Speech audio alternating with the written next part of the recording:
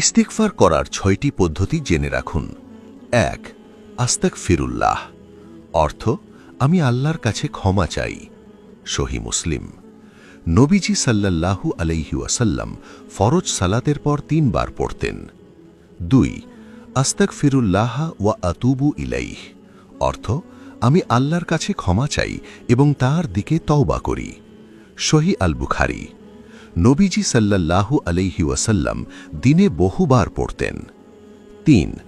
আস্তাগফিরুল্লাহাল্লাযী লা ইলাহা ইল্লা হুয়াল হাইয়ুল কাইয়্যুম ওয়া আতুবু ইলাইহ, অর্থ আমি সেই আল্লাহর কাছে ক্ষমা চাই যিনি ছাড়া কোনো উপাস্য নেই, যিনি চিরঞ্জীব ও সব কিছুর ধারক, এবং আমি তার কাছে তওবা করি। জামে আত-তিরমিজি, হাসান হাদিস। ৪.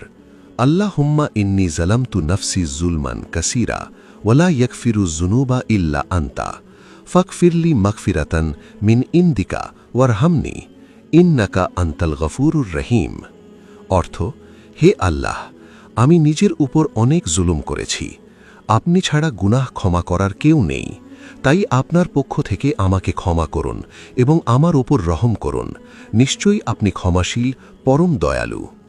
সহিহ আল বুখারী, সহিহ মুসলিম। ৫.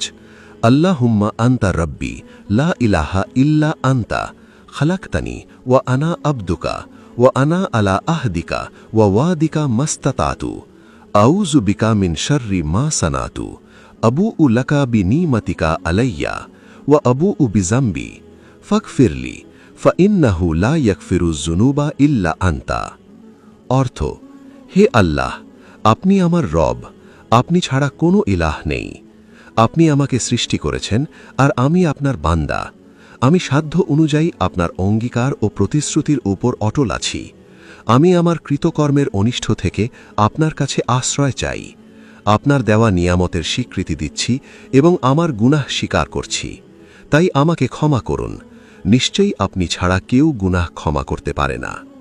৬. রব্বি ইন্নী যালামতু নাফসি ফাগফিরলি, হে আমার রব, নিশ্চয়ই আমি নিজের ওপর জুলুম করেছি, অতএব আমাকে ক্ষমা করুন। সূরা আল কাসাস, আয়াত ১৬। নিয়মিত ইস্তেগফার করলে আল্লাহ তাআলা গুনাহ মাফ করেন, অন্তরে প্রশান্তি দান করেন এবং রিজিক ও রহমতের দরজা খুলে দেন। একটু দাঁড়ান। নবী পাক সাল্লাল্লাহু আলাইহি ওয়াসাল্লামের একটি হাদিস শুনে যান। তিনি বলেছেন, জাহান্নামের আগুন ওই ব্যক্তিকে কখনো স্পর্শ করতে পারবে না যে এই দোয়াটি ৭ বার পড়বে। আল্লাহুম্মা আজিরনি মিনান নার, অর্থ হে আল্লাহ, আপনি আমাকে জাহান্নামের আগুন থেকে মুক্তি দেন। আর আমার নবীর ফরমান হলো, যে ব্যক্তি আমার হাদিস শুনল এবং তা অন্যদের কাছে পৌঁছে দিল, আল্লাহ তাআলা তার মুখমণ্ডলকে উজ্জ্বল ও সতেজ করে দিন।